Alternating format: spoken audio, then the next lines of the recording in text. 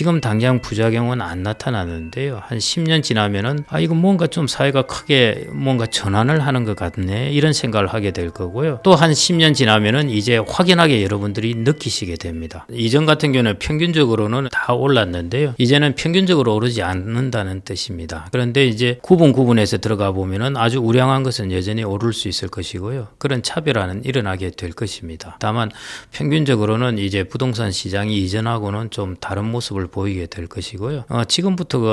지금부터라지만은 사실은 2040년이나 이런 쪽 지나가면은 완전히 다른 모습을 보이게 됩니다. 그때 되면은 아예 패러다임 자체가 뭔가 바뀌었다 이런 생각을 하시게 될 텐데요. 그때는 워낙 인구의 구조가 급속하게 변해버렸기 때문에 이제 그런 부분이 일어나게 됩니다. 그래서 이제 그런 부분을 좀 조심하셔야 될 것 같고요. 또 하나 이제 부동산의 전반적인 움직임이 그런 움직임이라고 그런다면은 앞으로 우리나라에서 이제 살펴봐야 될 것이 결국 인구 구조라는 문제 때문에 우리나라의 경제가 이제 어떻게 되겠느냐 하는 것이죠. 지금 우리나라에 맞이하고 있는 유의해서 보셔야 될 조건이 두 가지 있습니다. 그 첫 번째가 이제 인구 구조 문제입니다. 지금부터 이제 고령화 장 19%를 차지했는데요. 이게 이제 올해나 20% 들어가면서 초고령 사회에 접어들게 됩니다. 이게 당장 우리나라한테 영향을 주지는 않습니다. 인구 구조의 변화가 경제에 영향을 주는 것은요, 마치 항공모함이 움직이는 것과 같습니다. 그냥 모터보트가 휙휙 가듯이 영향을 주는 것이 아니라요, 천천히 움직입니다.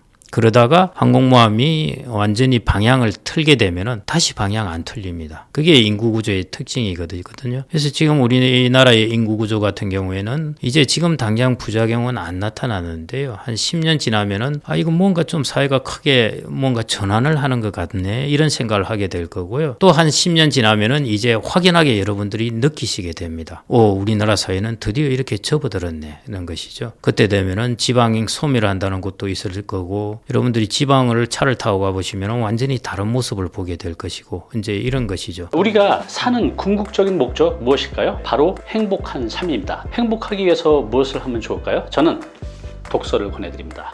많은 곳에서 연구를 했는데요. 독서를 하는 분들이 훨씬 더 행복하게 산다고 합니다. 독서를 많이 하게 되면 어휘력이 커집니다. 그러면 자신을 더 잘 표현할 수 있고요. 타인의 말을 더 잘 이해하고 공감할 수 있습니다. 어떤 지식들을 더 빨리 더 많이 배울 수 있죠. 그렇게 되면 인간관계에서도 좋은 결과를 낼 수 있기 때문입니다. 독서 한 명에 참가하셔서 이 독서를요, 습관으로 만드시고 행복도 함께 가져가시기 바랍니다. 그 다음에 소멸하게 되면요, 이게 어느 순간 급속하게 이루어집니다. 선형적으로 소멸하는 것이 아니라 비선형적으로 이루어지게 되는 것이죠. 그래서 비선형적으로 갑작스럽게 영향을 팍팍팍 안 좋게 주는 것은 2040년대를 넘어가면 근역에 들어가게 되고요. 2040년 전에 한 10년 동안은 전환기로서 헷갈리는 시간이고요. 지금부터 10년 동안은 이제 저스도 쏘쏘입니다. 그렇지만 여러분들은 대비를 하셔야 된다는 것이죠. 그게 첫 번째 인구 구조의 변화이고요. 그 다음에 두 번째 우리나라에 지금 주어진 환경에서 여러분들이 유의하셔야 될 것이 부채입니다.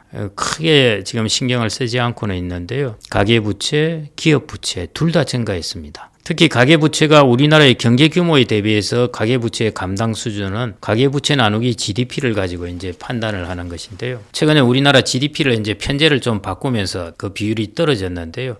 편제를 바꾸기 전에 이제 기준을 살펴보면은 우리나라 이 비중이 거의 세계에서 탑입니다. 그 다음에 기업부채도 많이 올라갔고요. 그 다음에 우리나라는 이제 정부 부채가 올라가기 시작할 겁니다. 고령사회가 되게 되면은 건강보험료 같은 경우도 이제 2030년대 가면은 이제 다 적자가 되게 되고, 그렇게 된다고 그래. 기금도 이제 다 소진된다는 것이죠. 그래서 명실공히 이제 적자로 들어서게 됩니다. 그러면 이제 정부가 이제 재정이 들어가야 될 거고요. 연금도 들어가야 될 거고 하면은 정부 부채가 커지게 됩니다. 그러면은 가계 부채가 커진 데다가 기업 부채도 지금 많아졌고, 여기서 정부의 부채가 더해지게 됩니다. 이것들이 이제 앞으로 부동산 시장에 영향 줄 요소라는 것이죠. 특히 가계 부채 같은 경우는 우리나라는 가계대출의 주택담보대출 비중이 50% 이상입니다. 거의 54% 이런데요. 그러면은 가계 부채가 왜 이렇게 증가했느냐? 결국 부동산 때문에 증가했다는 것이에요. 그래서 이런 부분이 그러면은 가계 부채가 많이 증가했다? 부동산에 사람들의 돈이 많이 들어갔다는 뜻입니다. 그래서 사람들이 이미 많이 익스포즈를 여기 가져갔다는 뜻이에요.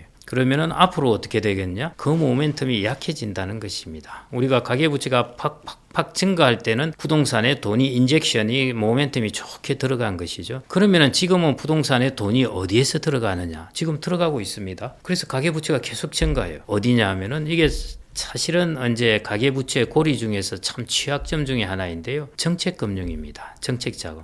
청년들이라든지 이런 사람들이 결혼하면은 무슨 이제 대출하게 돼 있는 것, 집 사면은 대출하는 것, 이런 것들이 요즘 가계부채의 상당 부분을 차지하고 있습니다. 결국 정책자금으로 젊은 사람들이 사는 이제 집이라는 것이죠. 그래서 이런 부분들이 이제 가계부채를 형성하고 있는데요.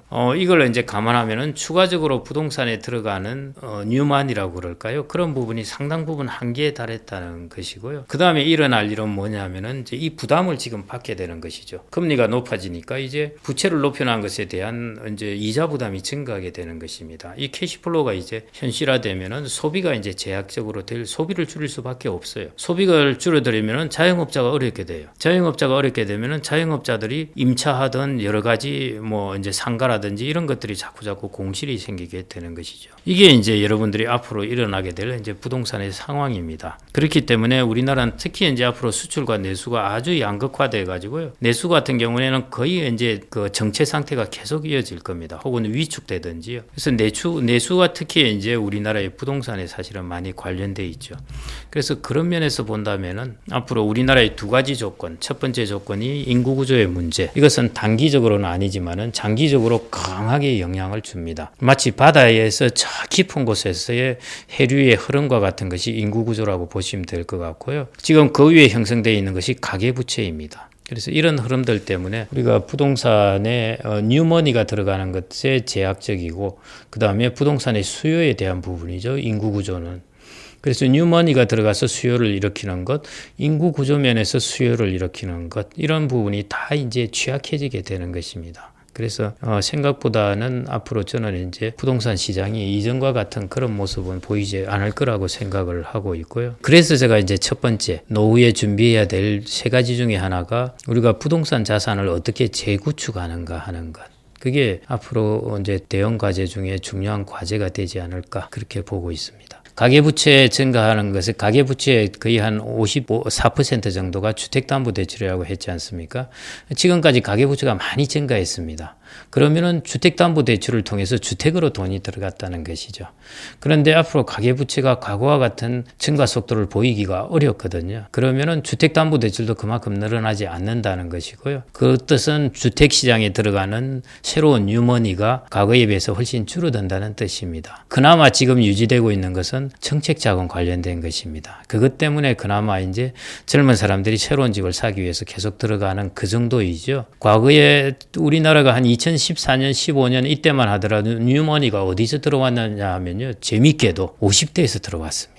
50대가 노후 준비하려고 돈을 빌리거나 자기 돈으로 부동산을 샀습니다. 그때 이제 그래서 임대주택이라든지 이런 거 하려고 산 것이고요. 그 다음에 코로나 전후에서는 연끌들이 들어오게 됐습니다. 이런 흐름으로 그게 정책자금도 개입되어 있고요. 그래서 지금까지 가계부채가 증가했는데 이제 뉴머니에 50대 이런 사람들이 우리가 2014, 15, 16년 이런 때 보듯이 그런 자금이 들어오기 어렵다는 것입니다. 그런 면에서 제가 이제 그래서 이제 주택의 수요는 이런 뉴머니가 들어와서 주택을 자금 부분이니까요. 그런 부분에 수요가 있을 거고 그 다음에는 이제 인구 구조로 인한 가구들이죠. 가구수 변화로 인해서 생겨날 텐데 그런 인구 구조도 지금 이미 우리나라는 주택 시장에 있어서는 별로 우호적인 요인은 아닙니다. 왜냐하면 40대, 50대 가구수가 이제 줄어들기 때문에요. 그런 면에서도 비우호적입니다. 그래서 주택 수요라는 측면에서 그렇게 수요를 과거에 보았던 것처럼 이렇게 점프하게 할 만한 그런 강한 모멘텀은 거의 보이지 않고요.